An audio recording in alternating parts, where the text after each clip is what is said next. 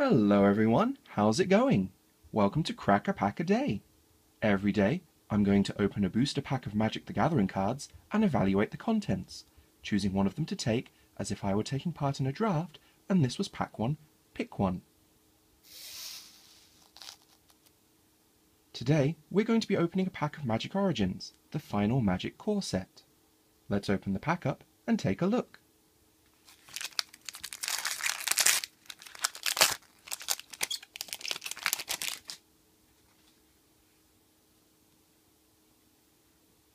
Our first card is Infectious Bloodlust, an enchantment aura for 1 and a red.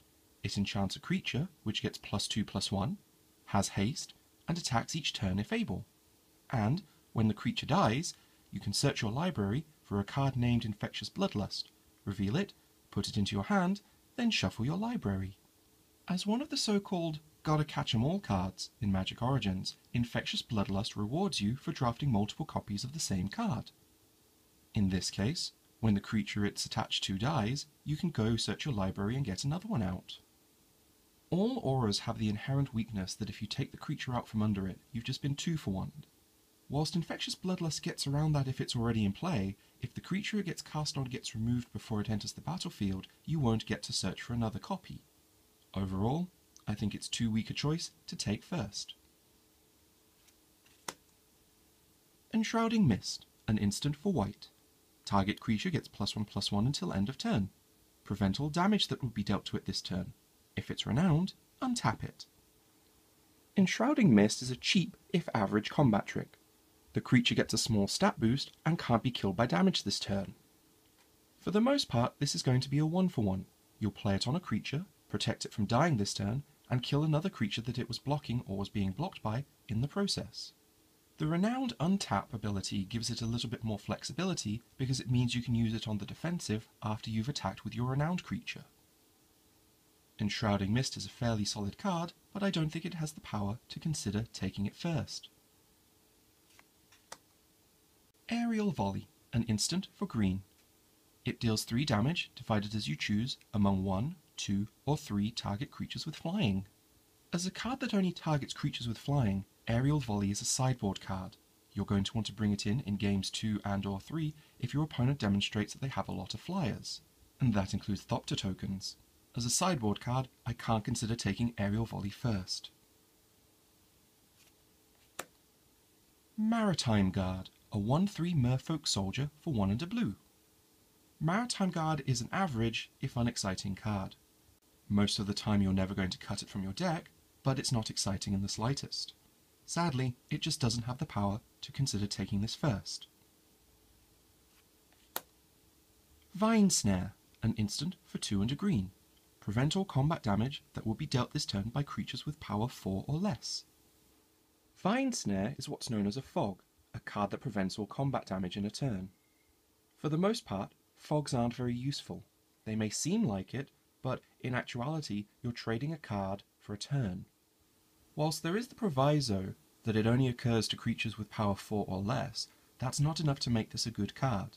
For the most part, you're probably going to have creatures with power 4 or less. Magic Origins just isn't a slow enough environment for you to consider playing larger and slower creatures. All in all, Vine Snare is best considered a sideboard card, and I won't be taking it first. Heavy Infantry, a 3/4 human soldier for 4 and a white. When it enters the battlefield, tap target creature an opponent controls. A 3/4 for 5 is not very exciting at all. In fact, it's a little bit weak. The ability is useful, but isn't that powerful. Overall, Heavy Infantry isn't a very good card, but you're still going to play it in some of your decks, albeit unhappily. I don't think Heavy Infantry has the power to consider taking it first.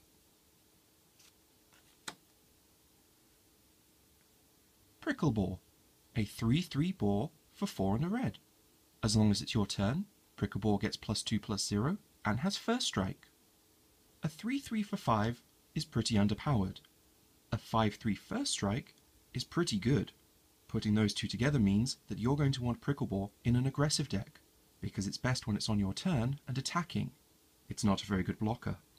I can see Prickle Bore being the top end of a red aggro deck, one that wants to play this as its finisher. All in all, a fairly solid card, and probably the best card in the pack so far. Our next card is Reeve Soul, a sorcery for 1 and a black. Destroy target creature with power 3 or less. Reeve Soul is very efficient removal. You can destroy a lot of creatures for only 2 mana. It's only sorcery speed, but that's not much of a hit against it, because it's just very efficient.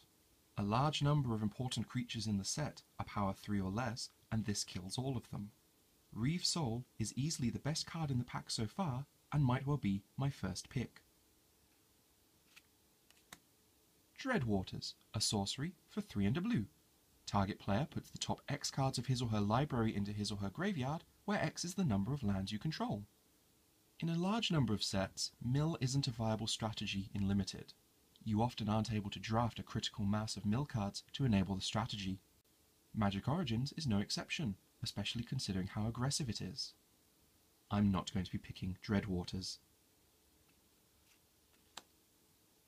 Our first uncommon is Sphinx's Tutelage, an enchantment for 2 and a blue. Whenever you draw a card, target opponent puts the top 2 cards of his or her library into his or her graveyard. If they're both non-land cards that share a colour, repeat this process.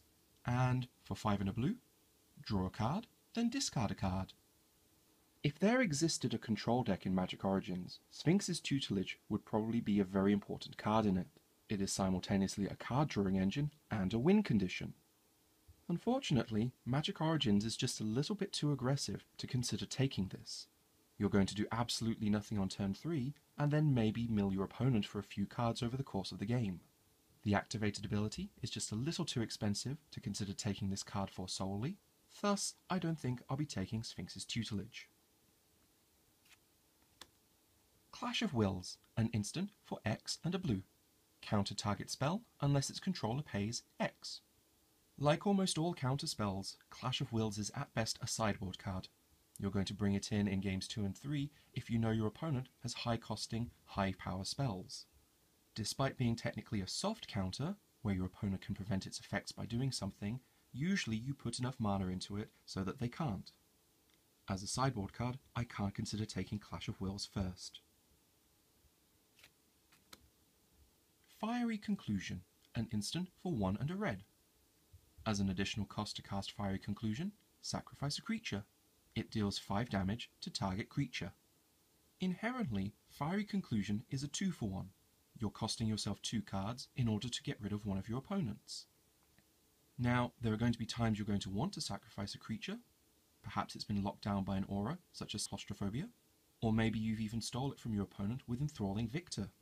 As an instant speed burn spell that deals 5 damage, Fiery Conclusion is pretty efficient, but it does have that downside. There's a lot of power in this card, but there is a setup cost that you have to take into consideration, and that reduces its overall power level.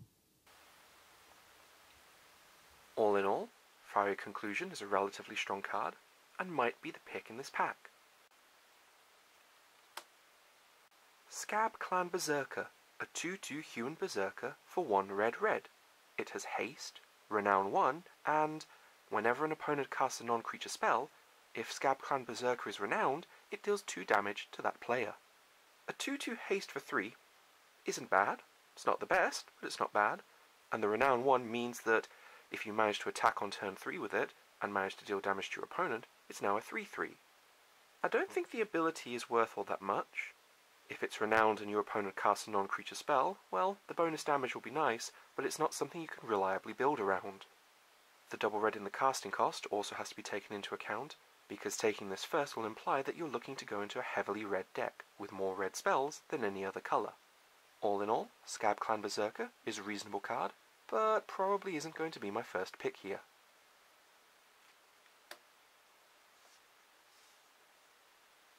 We also have a foil swamp, a mountain, and a Thopter token. Right then, let's have a quick review of what we've got. And here's our pack. To me, there are 2 main choices here, either Reeve Soul or Fiery Conclusion. Both spells are removal and cost only 2 mana. Reeve Soul's a sorcery, while Fiery Conclusion's an instant.